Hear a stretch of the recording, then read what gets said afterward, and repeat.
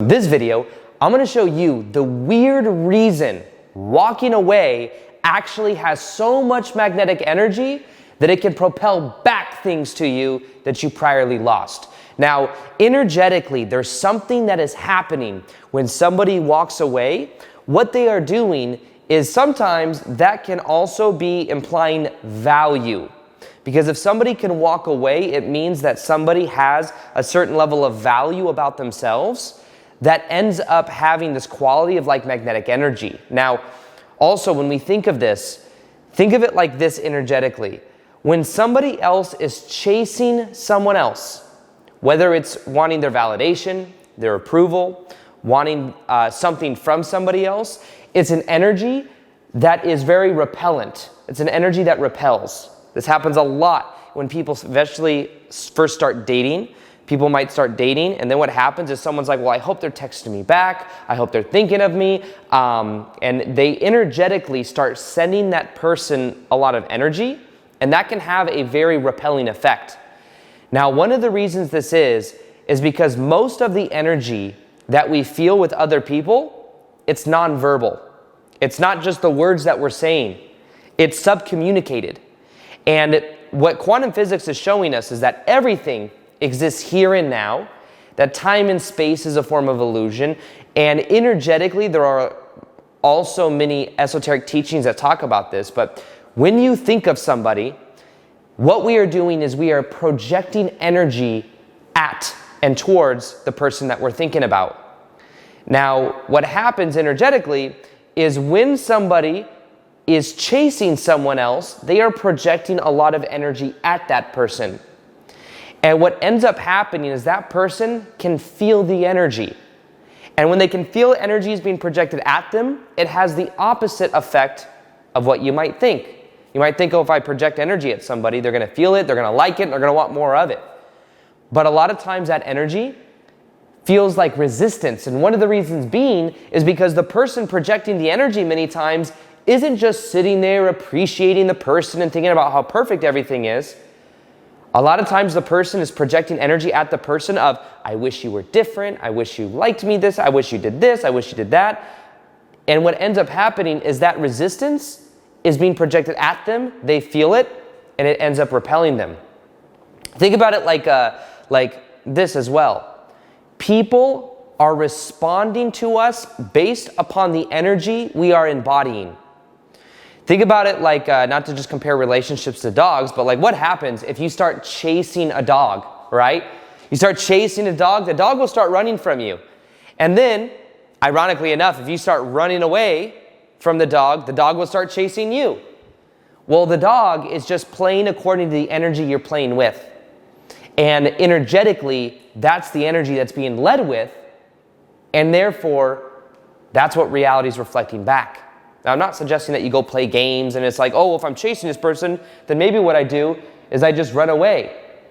It's not so much about like games, because when we're playing games, it's putting us in this kind of manipulative energy where we're trying to manipulate the people to get what we want. And one of the things that I've learned on this process of having magnetic energy is, I think for a long time, I was in a place to where I didn't know my own sense of value or my own sense of self-worth. So I would stick with an energy that like wasn't conducive, or maybe like, you know, somebody that wasn't choosing me, or a dynamic like that, because that felt either safe or that's just what I thought I was worthy of. I wasn't worthy of anything more. So I wouldn't have had the balls or the energy to walk away. And that's because of like a sense of self-worth. Now, one of the things that is probably one of the most powerful energy dynamics for you to embody is knowing your own sense of self-worth and also bringing your energy back. So I'm not saying that what you should do is run away from somebody else and like pull at their heartstrings and manipulate the experience to get what you want. What I'm saying is pull your energy back and stop projecting it at this person.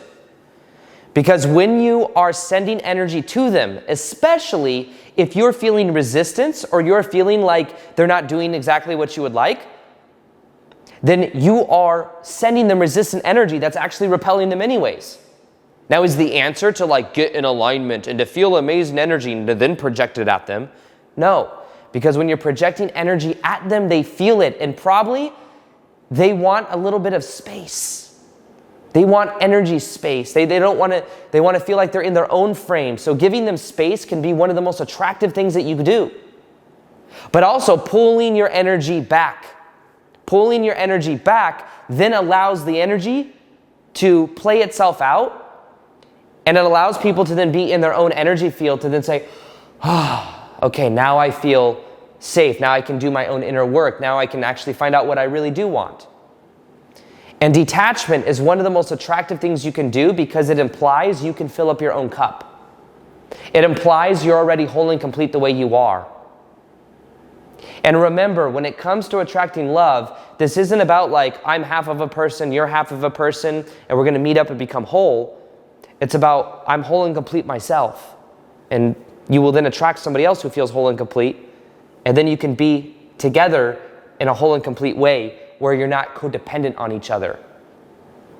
So this is an energy dynamic at play that I'm talking about, where we can realize our own sense of self-value and our own sense of self-worth.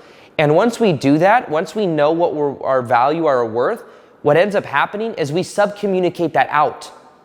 People feel that energy off of us. And you've probably heard me talk about this in prior videos before, but the frame technique, just simply feeling inside of your own hands and your own feet, and actually focusing on the separation between you and someone else has a very magnifying effect. I don't know why. Energetically, I think it's because imagine there's an energy field around us, and when we want somebody else, we're projecting our energy at them, wherever they are, even if they're not physically around. That energy field that we are projecting out, think of it like even the shirt that I'm wearing right now. Imagine that this is us and we're emanating energy out. Now imagine if you want somebody else, what you would end up doing is projecting your energy out, and it would be like lessening the field around your body. It's like your aura goes down, and then the person over here can feel the energy that you're projecting at them, and it's causing them to feel uncomfortable. And one of the things that changes everything is when you actually pull your energy back and you focus more on being in your own body, because a lot of times when we want somebody else to be a certain way, it's coming from an inner child belief that if I can fix this other person, then I can feel safe and whole. If I can get their validation and approval, then I can close the loop. And the loop that we're secretly trying to close is a lot of times from our childhood. Because when we were kids, we may have not felt validated. It's funny, I was listening to a Joe Rogan podcast yesterday, and he was talking about how these celebrities, because you've got the Amber Heard and Johnny Depp trial, and he was talking about like the dark side of being famous and being a celebrity. And almost always, when you look at these celebrities, the ones that really maybe, I don't know specifics, but like people that really want validation and approval, they didn't get it growing up. So then they search for it, and they'll do anything they can to get it as adults. And a lot of times that's because they're searching for something in their life that they didn't receive as kids. And sometimes as kids, we may have not received emotional availability. We may have received a lot of rejection.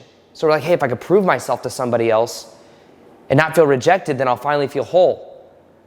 We may have a dynamic to where somebody treats us like shit, and we're used to that. That feels safe and familiar. And we're fighting to keep familiar energy dynamics at play that were around when we were kids. Now, one of the things that changes everything is when you learn to say no to the energy dynamics that aren't fair to you. I had to literally say no to people that were abusing my own energy field because I'd let them. I had so much trouble setting boundaries with people. I had so much trouble knowing my own sense of self-worth a couple years ago. And I'd also date people that didn't value me because I didn't value me. I'd also date people that would reject me because I would reject me. Or people that would abandon me emotionally or physically because I would do that to myself. That felt safe and familiar from my own energy. And when we talk about walking away, what we're really saying is walk away from the childhood trauma of needing to feel validated, needing to feel worthy from the outside external source, and start to draw that from within. A lot of this also has to do with becoming aware that the childhood dynamics as kids, the abandonment that we may have felt either emotionally or physically, sometimes we think that that was our fault. If I could have been different, then mom and dad would have treated me differently. If I was a little different, they wouldn't have divorced. We develop these meanings as kids that say there's something wrong with me. There's something wrong with me. And we think it's our fault. And an important thing to remember is that it wasn't our fault our parents divorced. It wasn't our fault that maybe one of our parents wasn't emotionally available, or both of them. And the more we start realizing that, we stop internalizing this self-fulfilling prophecy, the self-fulfilling belief that says, I'm not enough. Things aren't okay. And if I could just control the person I'm dating or somebody's validation or approval, if I could just get it, then I'd finally feel good. But one of the most powerful things you can do is actually know your own sense of self-worth and to stop abandoning yourself. When you are living in your own frame of reality, you are so attractive. When you are leading your life and you have like a gravity set up and you're doing what you love, you are so attractive. When you are feeling the separation between you and others, you are attractive. When you are feeling safe in your own body, you are attractive and magnetic. And these are all things you can begin to do by feeling safe within your own frame. And understanding that this isn't really about them. They are just a reflection of the energy you're playing within yourself. Instead, the key is to stop abandoning the self. It's to start having fun in your life and enjoying your life and to start leading in that way and develop your own frame of reality and to stop needing that from anyone else and start pulling your energy back. You will be more magnetic than you can even imagine. So something exciting I want to share with you is a 21-day process for wiring in more confidence than ever before. Now, there's these 21-day challenges that I've done in the past, and I do them with thousands of people all over the world. I've had over 12,000 people go through them, and I want to read to you one of the testimonials from the last challenge, which was a magnetic love challenge. This one that we're doing is a confidence love challenge, but here's what Stacy said. She said, "What a unique experience. This challenge blew away my expectations. It's honestly one of the best well-rounded, self-development, spiritually awakening, fun, and super supportive things I've signed myself up for. The only thing I lost was some fear and limiting beliefs. Thanks, Aaron, and all your guest speakers. You guys are truly amazing." So if you click the link and go to confidencelovechallenge.com, you'll see other testimonials of different people that have been through the challenges. They truly are magical. They take on their life of their own, and they're a powerful way of really wiring in a brand new you. So this one coming up is on confidence. If you want to reduce the fear, the judgments, the insecurities you have, to really feel confidence within your own frame, within your own center of gravity. If you want to reduce that of the codependent patterns that you might feel, that's what we're going to be doing through videos, live streams, coaching, guest speakers, breath work, all of these things. They're incredible. Go right now to www.confidencelovechallenge.com or click the link right here, and I will see you on the inside from July 1st to the 21st.